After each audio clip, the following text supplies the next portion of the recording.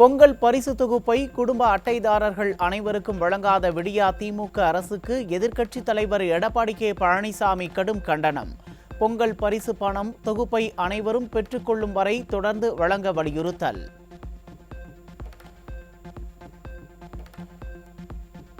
பொங்கல் பரிசு பணத்தை அரசுக்கு அனுப்பிவிட்டதாக ரேஷன் கடை ஊழியர்கள் கூறுவதால் குடும்ப அட்டைதாரர்கள் அதிர்ச்சி. 25% மேலானோர் பொங்கல் பரிசை வாங்காத நிலையில் 5 நாளில் நிறுத்திய விடிய அரசுக்கு எதிர்க்கட்சித் தலைவர் கண்டனம்.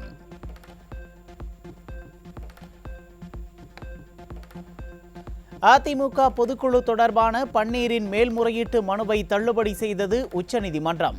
சிவில் சூட் நிலுவையில் உள்ளதால் தலையிட முடியாது என திட்டவட்டம். உச்சநீதிமன்ற உத்தரவை வரவேற்று அதிமுக தொண்டர்கள் கொண்டாட்டம். அதிமுக தலைமை அலுவலகத்தில் பட்டாசு வெடித்தும் இனிப்பு வழங்கியும் உற்சாகம்.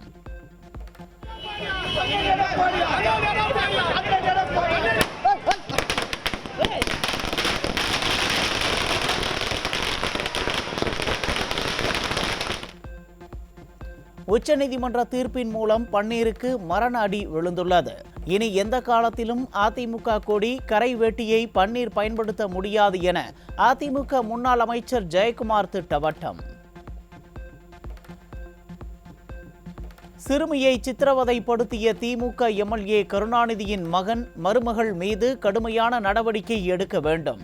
இருவரையும் உடனடியாக கைது செய்ய முன்னாள் அமைச்சர் ஜெயக்குமார் வலியுறுத்தல். எதிரிகளாலும் துரோகிகளாலும் தாக்கல் செய்யப்பட்ட மனுவை உச்சநீதிமன்றம் தள்ளுபடி செய்ததை தமிழக மக்கள் வரவேற்றுள்ளனர். எதிர்க்கட்சி துணைத் தலைவர் ஆர்.பி. உதயகுமார் பேச்சு.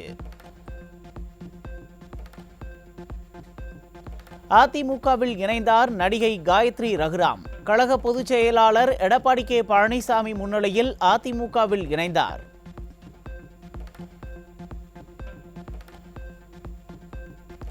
அதிமுகவில் இணைந்தது மகிழ்ச்சி அளிக்கிறது.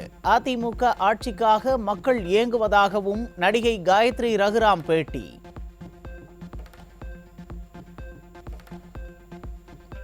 விழுப்புரம் மாவட்ட திமுகவில் உச்சகட்ட கோஷ்டி பூசலால் அமைச்சர் செஞ்சி மஸ்தான் அதிர்ச்சி. அமைச்சருக்கும் திமுக கவுன்சிலர்கள் இடையே பனிப்போர் நிலவுவதால் திமுக தலைமை கலக்கம். சென்னை திருச்சி தேசிய நெடுஞ்சாலையில் போக்குவரத்து நெரிசல் ஏற்படுத்திய திமுகவினர். நீதிமன்ற உத்தரவை மீறி நெடுஞ்சாலையில் பேனர் வைத்ததை கண்டும் காணாமல் இருந்த அமைச்சர் மஸ்தானின் செயலுக்கு மக்கள் கண்டனம்.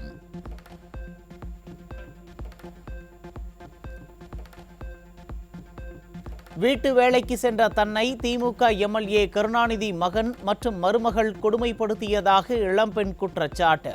குடும்பத்திற்கு கொலை மிரட்டல் விடுப்பதாகவும் பாதுகாப்பு வழங்க வேண்டும் எனவும் இளம்பெண் கோரிக்கை.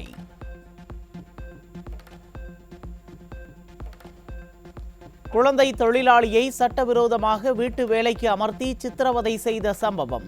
திமுக சட்டமன்ற உறுப்பினர் கருணாநிதியின் மகன் ஆண்ட்ரோ மதிவாணன் மருமகள் மேர்லினா மீது காவல்துறை வழக்கு பதிவு. சென்னையில் பிரபல கட்டுமான நிறுவனம் தொடர்பான இடங்களில் அமலாக்கத்துறை சோதனை. 5க்கும் மேற்பட்ட இடங்களில் அமலாக்கத்துறை அதிகாரிகள் சோதனை நடத்தி வருகின்றனர். ஓசன் லைஃப் ஸ்பேஸ் நிறுவனம் தொடர்பான சென்னை மத்திய குற்றப்பிரிவு வழக்கில் காவல்துறை உயர் அதிகாரிக்கு கோடிக்கணக்கில் பணம் கொடுக்கப்பட்டதா? அமலாக்கத்துறை சோதனையால் கலக்கத்தில் காவல்துறை வட்டாரம். சென்னையில் மருந்துகள் தயாரிக்க பயன்படுத்தப்படும் மூலப்பொருட்கள் உற்பத்தி செய்யும் நிறுவனங்களில் ஐடி ரைடு. கீழ்ப்பாக்கம், கே நகர், கோட்டூர்புரம் உள்ளிட்ட 10க்கும் மேற்பட்ட இடங்களில் வருமான வரித்துறையினர் சோதனை. ராணிப்பேட்டையில் உள்ள ஆரம்ப சுகாதார நிலையத்திற்கு 3 ஆண்டுகளுக்கு பிறகு ஆய்விற்கு சென்று அட்ராசிட்டி செய்த அமைச்சர் மா. சுப்பிரமணியன். மருத்துவமனையில் முன்னாள் முதலமைச்சர் எடப்பாடி கே பழனிசாமி படம் இருப்பதை பார்த்து மருத்துவருக்கு மெமோ கொடுக்க சொன்னதால் மக்கள் அதிர்ச்சி. இந்த ஹாஸ்பிட்டல்ல 3 பேனர் நல்லா மெயின் ஆகிய எடப்பாடி படம் போட்டு எடப்பாடி பழனிசாமி ஜெயலலிதா படம் போட்டு 104, 108 கேலண்டர்லாம் பெருசாக அந்த ஒரு மெமோ கொடுங்க சார். திடீர்னு நீங்கள் ஒரு சார்ஜ் மெமோவாவது கொடுங்க. விடிய ஆட்சியில் மருத்துவர்கள் மருந்து பற்றாக்குறையால் நோயாளிகள் அவதியுறும் நிலையில் ஸ்டாலின் புகைப்படம் இல்லாததை பெரிய குறையாக கூறிய சுகாதாரத்துறை அமைச்சர். முன்னாள் முதலமைச்சர் எடப்பாடி கே பழனிசாமி புகைப்படத்தை மாற்றினால் சுகாதாரத்துறை மேம்பட்டு விடுமா என மக்கள் கேள்வி. ஆரம்ப சுகாதார நிலைய கட்டிடத்தின் மோசமான நிலை மற்றும் மருத்துவர் இல்லாமை குறித்து தன் வாயாலேயே பேசி மாட்டிக்கொண்ட மா சுப்பிரமணியன். உலக தரத்தில் அரசு மருத்துவமனைகள் செயல்படுவதாக பொய் பேசி வந்த மா சுப்பிரமணியத்தின் நாடகம் பொதுமக்கள் முன்பு அம்பலம்.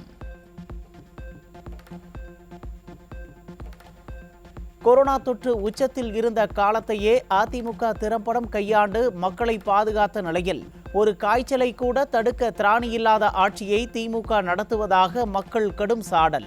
திமுக ஆட்சி பொறுப்பேற்ற பின் சீரழிந்து போன சுகாதாரத்துறையினால் தினந்தோறும் சொல்லன்னா துயரங்களை சந்தித்து வருவதாக மக்கள் வேதனை. செங்கல்பட்டு மாவட்டம் மதுராந்தகத்தில் ரயில்கள் தாமதமாக வருவதை கண்டித்து பயணிகள் மறியல் போராட்டம். மறியல் போராட்டத்தில் ரயில் போக்குவரத்து சிறிது நேரம் பாதிப்பு.